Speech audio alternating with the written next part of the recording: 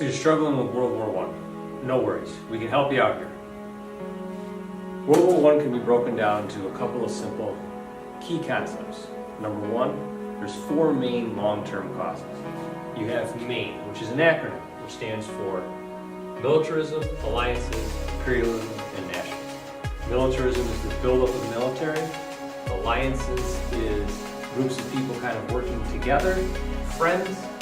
Imperialism is when strong countries look to dominate weaker countries, and then nationalism is pride in one's country. Leading up to World War I, late 1800s, early 1900s, Europe, there were tensions building in Europe with this idea of people using technology to build up their military, developing alliances with other friendly countries, then kind of this idea of imperialism, going out fighting for resources and markets, and then nationalism, we're better than everybody else. So you have all this tension building in the early 1900s. Then there's an incident.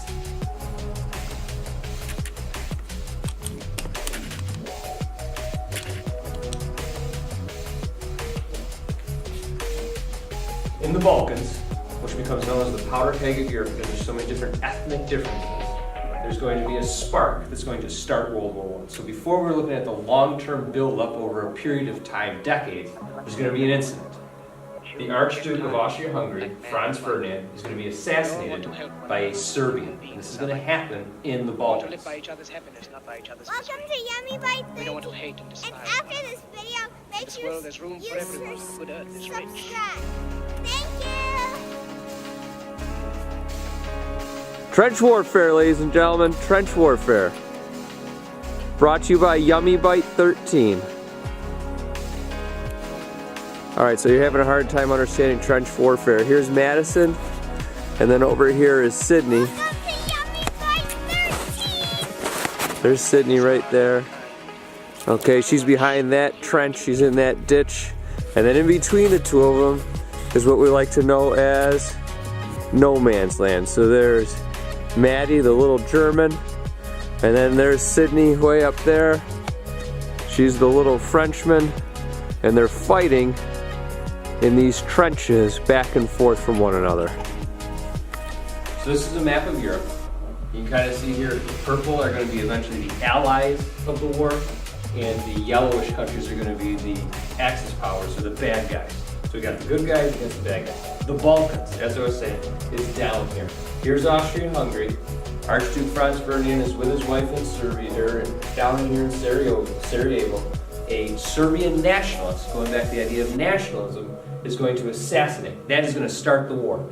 And then Austro-Hungarian's alliances with Germany and down in here are going to join together with the Ottomans against the allies of like France, England, and Russia to start out with.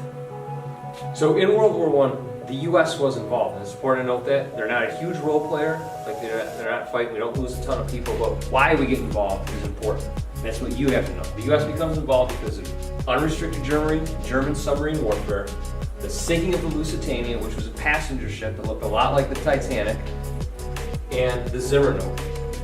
As a result of these events, and a few others, but they're not important, we become involved. We being the United States, and it's going to bring a boost to the Allied morale. It's going to help them. It's going to be a good thing. We will win. So the war is going to end November 11th, 1918. Great. Excellent. So once the war ends, they have to determine, create some sort of resolution. That will be known as the peace treaty. Now, this is where some students get, there's a lot of confusion for a lot of students here. They want to build a lasting peace. So Woodrow Wilson, who's the American president from America, he comes in with his 14 points. The last one being the League of Nations. It's important to remember that. But his idea is known as the 14 points because there were 14 ideas he had for peace. What actually becomes the treaty is the Treaty of Versailles. They included some of Wilson's 14 points in the treaty, but the actual treaty to end World War I is known as the Treaty of Versailles. The important thing that you have to remember is that the legacy of the Treaty of Versailles is bitterness and animosity in Germany because they were punished so harshly. Germany is angry, France and Great Britain are angry because their countrysides were destroyed during the war, so they want to punish Germany.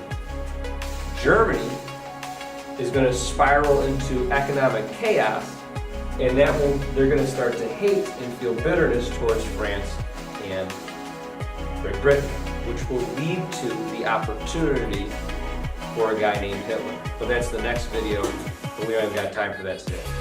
If you liked it, let me know. If you didn't like the video, please tell me why. Remember, this is just a general overview video. We're not getting into depth here. What do you need to know? And this is what you need to know about World War I for Global Studies 2.